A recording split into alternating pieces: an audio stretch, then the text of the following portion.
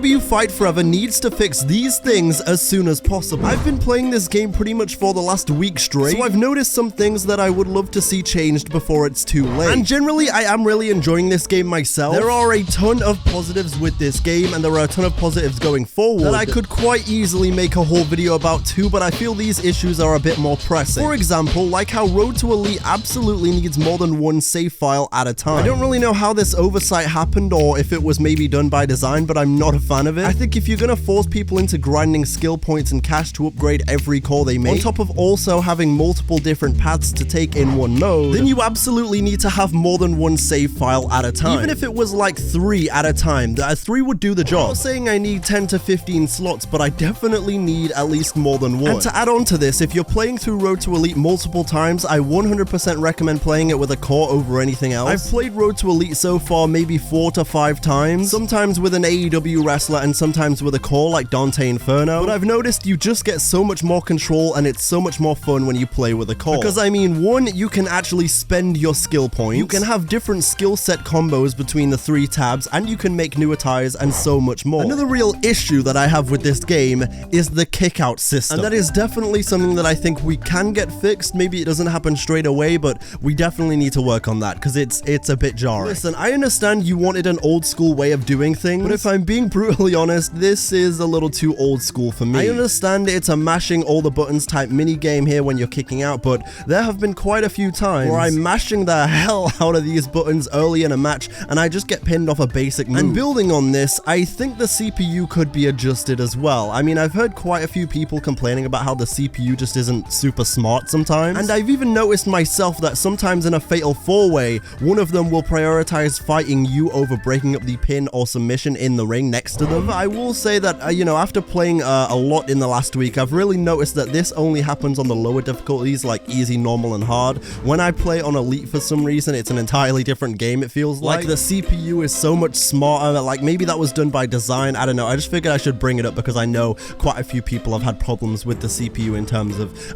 little frustrating moments where the CPU could be a bit smarter. For me, don't get me wrong, I'm not trying to belittle anyone who isn't on the Elite difficulty level, but from my own experiences, the matches that you get out of playing the against the Elite CPU are some of the most fun I've had in a wrestling game, so maybe it's one of them things. And I don't want anyone to think, oh, like I'm suddenly turning on AEW Fight Forever. It is not this kind of video at all. It is definitely not that kind of video. That's not how I feel. And I'll talk a bit more about my positive experiences in just a little bit, but I really only make this video now a couple days into the game, you know, literally a day after the full release has happened, because I figure most of these things can be tweaked slightly or updated in future patches, and it's better to get on them now than me, you know, making this video in like a month when it's probably too late. Or not necessarily probably too late, because obviously we know they're going to keep working on this game, as I've said before, but I'd rather just, you know, get this out now, and, you know, those first week issues, let's just talk about them as soon as possible. And like I hinted at a moment ago as well, the CPU or the gameplay isn't a million miles away from being perfect, and it is still a ton of fun. Like, the whole arcade style genuinely is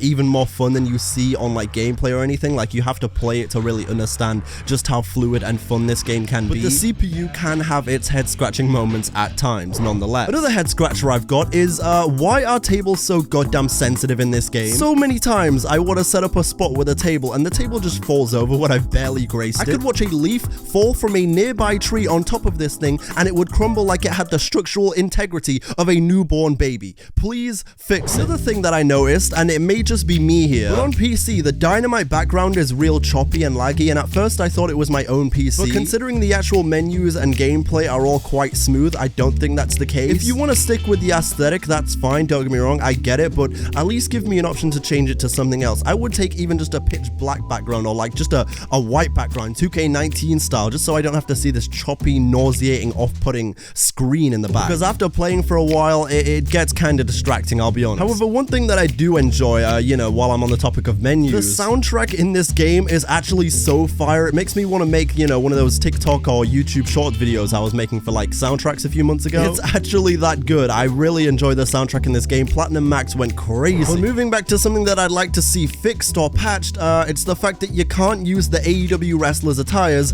in Create a Wrestler, which sucks. And what I mean by this is that in the creation suite, you can't take Kenny Omega's attire and put it on another star or even your core, which is a real head scratch. Part of me speculates that maybe they did this because they're going to be adding in other attires and taking advantage of the item item shop and battle passes, so maybe that's the main reason. I'm not entirely sure. But regardless, I don't really think that's a fair thing to do. I think at least on your cores, you should be able to, mix and match different wrestlers' attires, and hell, even customizing the wrestlers as well is something that we really should have. Another thing I'd like to see be fixed is that skill points, they don't transfer from one Road to Elite to the next one, which to me seems so stupid. And it's stupid to me because when you're playing Road to Elite with an AEW wrestler, you can't spend the skill points on the AEW wrestler. And obviously I talked about that, we knew that going in. If I'm accumulating all of these different skill points and I'm not being able to use them here, why can't I just go ahead and transfer them to put towards another core? If Road to Elite is the hub where you want me to go ahead and kind of build up every core in the game, at least make it a little bit less stress-free, at least reward me for playing Road to Elite that many times by letting me use those skill points in another Road to Elite save. And that kind of goes down to the save file thing again. I would like multiple saves. I'd like to be able to move the skill points to another core,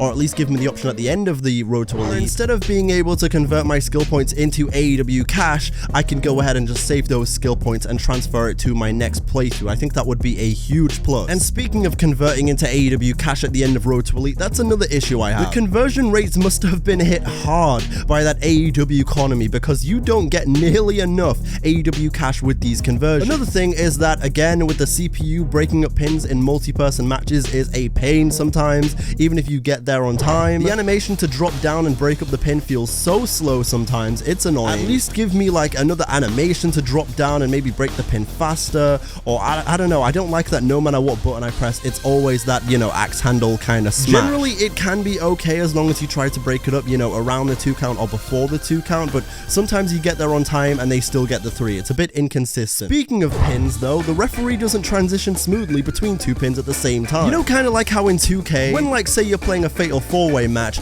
and there's like 2 pins going on at the same time and there's like, 1, 2, kick out, and then they'll just turn and it's like 1, 2, kick out. For some reason in AEW Fight Forever, that same situation will happen, but instead of Ref Aubrey or Ref Rick Knox going ahead, like they'll count 1 pin and then they'll get up as the other pin's going on, they'll just stand around looking around for a while and then and it's already too late. And so maybe if we can, either, I don't know, add in a new animation for the refs if that's possible, or hell, just speed up the refs a little bit in terms of their brain power working. And the last one is, of course, frame rate issues, which, to be fair, they have very much confirmed to everyone that got the game early that this is at the top of their priority list and it will be patched very soon, if not already done so. And don't get me wrong, I can't stress enough like how this is not a slander AEW Fight Forever video. I don't want anyone to take it that way, and if you do take it that way, you're an idiot. Instead of looking at it in that way, it's more of a it's better for me and everyone to make these things known right now, not even just me making this video, but other people's videos, and even on Twitter and everything, on Instagram or wherever, maybe even in the AEW Discord. It's better to make these things known and get them out publicly before it gets out of hand. Obviously this game was going to have some kinks, it's their first one,